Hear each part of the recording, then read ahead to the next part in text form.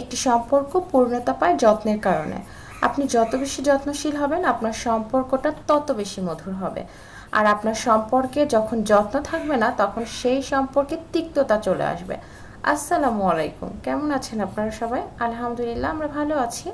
আর এই তো দেখতে পাচ্ছেন আপনাদের সাথে বকবক করতে চলে আসছি। ভিডিওটি ভালো লাগলে একটা লাইক দিয়ে ভিডিওটি কন্টিনিউ করতে থাকবেন।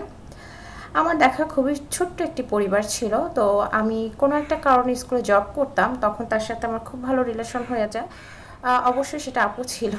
তো আপুটার সাথে আমার রিলেশন এত বেশি ভালো ছিল যে অলওয়েজ সে আমার সঙ্গ চাইতো। মানে সঙ্গ বলতে তার পার্সোনাল কথা শেয়ার করতো, আমার ব্যক্তিগত কথা আমি তার সাথে শেয়ার করতাম, কোথাও গেলে ঘোরাঘুরি করতাম, এই আর কি। তার একটা বেবি ছিল, স্কুলে চাকরি করার সুবাদে আমি তার বেবিকে পড়াতাম। তো তাদের হাজব্যান্ড ওয়াইফ আর ছোট্ট একটা বেবির সংসার মাশাআল্লাহ ভালো ছিল।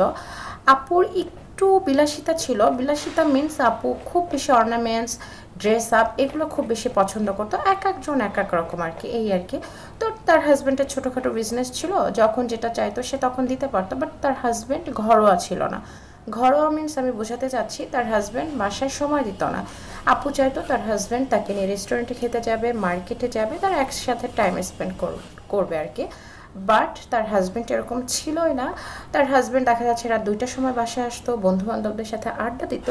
আপু কিন্তু মাশাল্লাহ অনেক সুন্দর ছিল। আর বেবিটার কথা তো বলাই বাহুল্য, এত কিউট একটা বাচ্চা ছিল যে যে কোনো পুরুষ মানুষ বাচ্চার মুখের দিক তাকায় অন্তত বাসায় চলে আসবে টাইম মতো। বাট সেটা ছিল না। তো ডে বাই ডে আপুর যেহেতু অনেক বছরের সংসার, আপু কিন্তু তার সংসারটা কন্টিনিউ করতে থাকতো। ইভেন সে খুবই ভালো একটা সংসারী মহিলা আমার দেখা।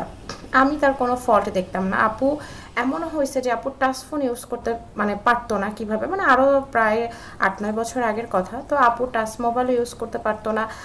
আমাকে মাঝে মধ্যে বলতো যে আপু বা ম্যাডাম আপনি হচ্ছে, আমাকে আপুই বলতো আবার ম্যাডামও বলতো যে আমাকে একটু শিখাই দেন কেমনি কে সেই। তার কোনো ফেসবুক আইডি ছিল না, কিচ্ছু সে পারতো না, এই আর কি।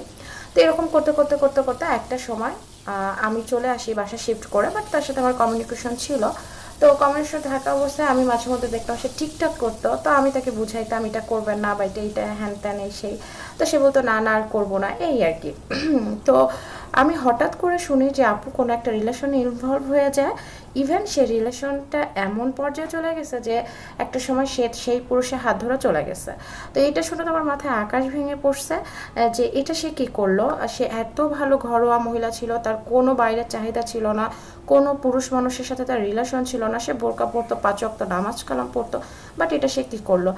পরে আমি কোনো না কোনো লিঙ্কে জানতে পারি, মানে অনেকের সাথে কথা বলে অনেকে আমাকে নক দিত বা আমি নক দিলাম যে এটা কেন হলো। তো আমি জানতে পারি যে একটা সময় তার হাজব্যান্ড তাকে খুব বেশি ভালোবেসে ফেলেছিল, সংসারে ফিরে আসছিল, সংসারটি একটু একটু করে সুন্দর করে তারা দুজনেই মানে বন্ডিং হচ্ছিল। বাট এই মুহূর্তে আপু কোনো একটা রিলেশন ইনভলভ হয়ে গেছে। ওই যে প্রথম দিকে যত্ন করে নেয়, সেই যত্নের ফল আজকে তার পেতে হলো।